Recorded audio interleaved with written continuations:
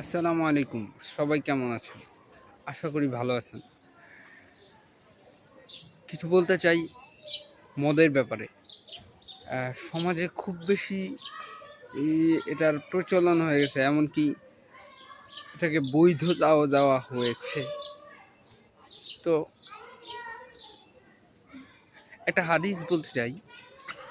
আসলে রাসূল সাল্লাল্লাহু আলাইহি সাল্লাম মদের ব্যাপারে কতটা হার্ডভাবে এই হাদিসটা বলেছেন যে, আন আনাস রাদিয়াল্লাহু তাআলা আনহু ক্বাল লানা রাসূলুল্লাহ সাল্লাল্লাহু আলাইহি ওয়াসাল্লাম ফিল খামরি আশারাতান।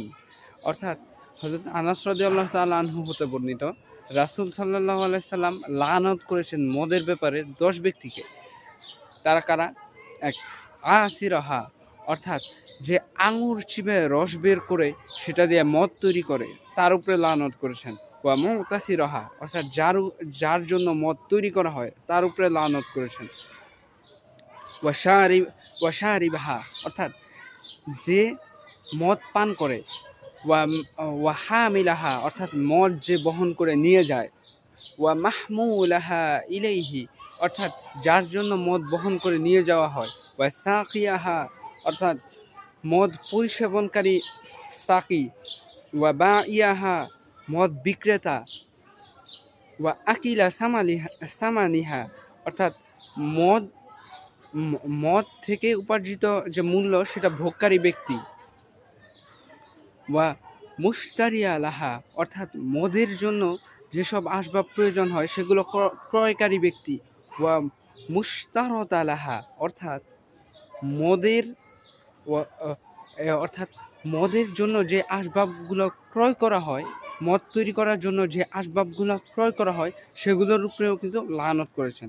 অর্থাৎ এক কথায় বলা যায় যে মদ তৈরির পিছনে যা যা লাগে, যারা যারা কাজ করে, এক কথায় সবাইকেই লানত করা হয়েছে। কতটা হার্ড! তাহলে রাসূল সাল্লাল্লাহু আলাইহি সাল্লামের হাদিস, পৃথিবীর সবচেয়ে সেরা মানব, সবচেয়ে সর্বশ্রেষ্ঠ রাসূল এর হাদিস দেখেন। রাসূল সাল্লাল্লাহু আলাইহি সাল্লাম মদকে কতটা ঘৃণা করতেন যে সবার উপরে লানত করেছেন 10 ব্যক্তি।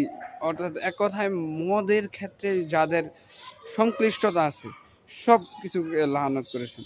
অর্থাৎ এটা থেকে বেঁচে থাকা খুবই খুবই খুবই প্রয়োজন। এজন্য আমাদের উচিত হবে যে সবার মদ, এক কথায় নেশা জাতীয় সব কিছু থেকেই